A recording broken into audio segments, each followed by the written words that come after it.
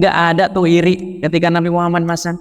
Nggak ada. Wah, kalau yang masangnya dari suku ini iri. Dari suku ini yang iri. Orang-orang Quraisy yang tadinya mencintai Nabi, membanggakan Nabi, berbalik menjadi memusuhinya. Baginda Rasul dari mulai lahir sampai usia 40 tahun tinggal di Mekah, menjadi orang yang paling dicintai oleh seluruh, bukan cuma dari Bani Hashim, Bani Muthalib, tapi seluruh penduduk Mekah sangat mencintai Nabi, bahkan sangat membanggakan Nabi. Gimana sih kalau kita punya orang, misalkan kita di Mustika Prakasa ada atlet lah yang bisa mengharumkan nama bangsa, ikut timnas, masuk olimpiade, wah itu Mustika Prakasa itu satu perumahan sama saya, bangga. Setiap orang pasti akan membanggakannya. Begitupun Nabi itu akhlaknya sangat mulia, ya, kebaikannya sangat dikenal sama orang, sampai seluruh, ya, suku Quraisy itu membanggakan beliau, bukan cuma keluarganya. Karena Nabi sangat terkenal, bahkan di usia 30 tahun begitu waktu peristiwa memasang itu, ya, Hajar Aswad, ya, Hajar Aswad itu Ka'bah itu sempat rusak karena banjir, rusak, maka dipugar kembali, ya, Ka'bah itu dipugar kembali, dibangun kembali, ya, dibangun kembali. Kemudian Hajar Aswad mau dipasang nih, berebut, tiap kabilah-kabilah di suku Quraisy berebut pengen masak. Kenapa? Hajar Aswad ini yang dimuliakan, jadi yang masak itu yang paling mulia kedudukannya. Berebut, setiap kepala suku itu berebut, nggak ada yang mau ngalah.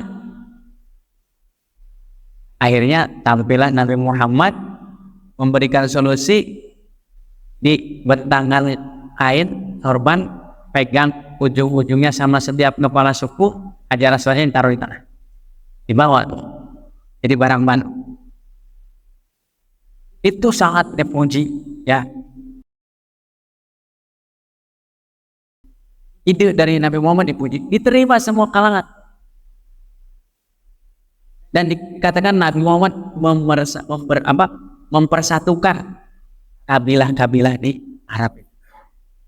Sampai mereka udah sampai di tempat yang mau dipasang, ingin di botol, masangnya mana mau dilemparin nempel gitu, udah bingung, ini masangnya pasti harus dipegang, dipasangin. Tadi di bareng-bareng supaya nggak ada yang iri, digotong pakai kain, terus mau masangnya gimana? Akhirnya dengan tadi, karena usulan Nabi Muhammad dianggap ini untuk jalan tengah, sebagai usulan terbaik, akhirnya semua kabilah itu setuju, Muhammad aja yang masang. Nggak ada tuh iri ketika Nabi Muhammad masang, nggak ada. Wah, kalau yang masangnya dari suku ini iri, dari suku ini yang iri, akhirnya Muhammad aja yang masang. Setuju semuanya Nabi Muhammad yang masang. Saking dibanggakannya, saking Nabi Muhammad itu menjadi kebanggaan setiap kabilah. Tapi begitu masuk di usia 40 tahun, turun malaikat Jibril, datang malaikat Jibril membawa risalah, Iqra bismi rabbikal ladzi khalaq, khalaqal insana min 'alaq, dan seterusnya. Dari situ Nabi diangkat menjadi Rasul, dan walaupun tidak langsung disuruh berdakwah, ya, disuruh berdakwah itu setelah turun ayat lagi, gitu kan. Tapi disitulah Nabi diangkat menjadi Rasul. Dan setelah Nabi menjadi Rasul, bahkan ketika Nabi setelah berdakwah dari mulai sembunyi sampai kemudian diperintah Allah untuk terang-terangan, dakwah terang-terangan, kabilah-kabilah orang-orang Quraisy yang tadinya mencintai Nabi, membanggakan Nabi, berbalik menjadi memusuhinya. Orang sebaik Nabi, akhlaknya ya Allah sangat luhur, budinya yang sangat halus ketika berada di jalan dakwah, rintangannya luar biasa. Bahkan pamannya sendiri, Abu Lahab itu pamannya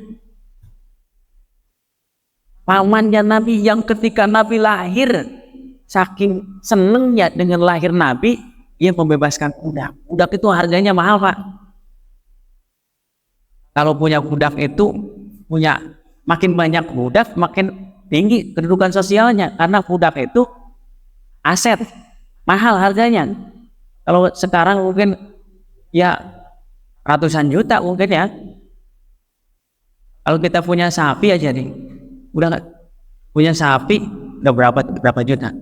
Ini dihitung untuk ternak sama punya budak, ya lebih mahal punya budak. Budak itu makin banyak budaknya makin kaya. Nah, Abu Lahab saking senengnya lahir keponakannya, dia bebaskan untuk budak. Ya, yang ngasih tahu informasi bahwa, wahai Abu Lahab, ponakanmu sudah lahir. Saking senengnya Abu Lahab dibebaskan tuh, kamu merdeka. Senang Abu Lahab. Tapi begitu Nabi berada di jalan dakwah, jadi musuh nomor satu. Amatnya Nabi itu. Maka ketika kita berada di jalan dakwah, harus siap menghadapi rintangan, menghadapi cobaan, dan kita harus saling menguatkan, saling mengingatkan, ya, karena kita manusia. Keimanan kita itu seperti ombak di lautan, terus naik. Ketika kuat iman kita, mungkin kita gak masalah, tapi ketika turun, mudah-mudahan kita senantiasa dikuatkan iman kita.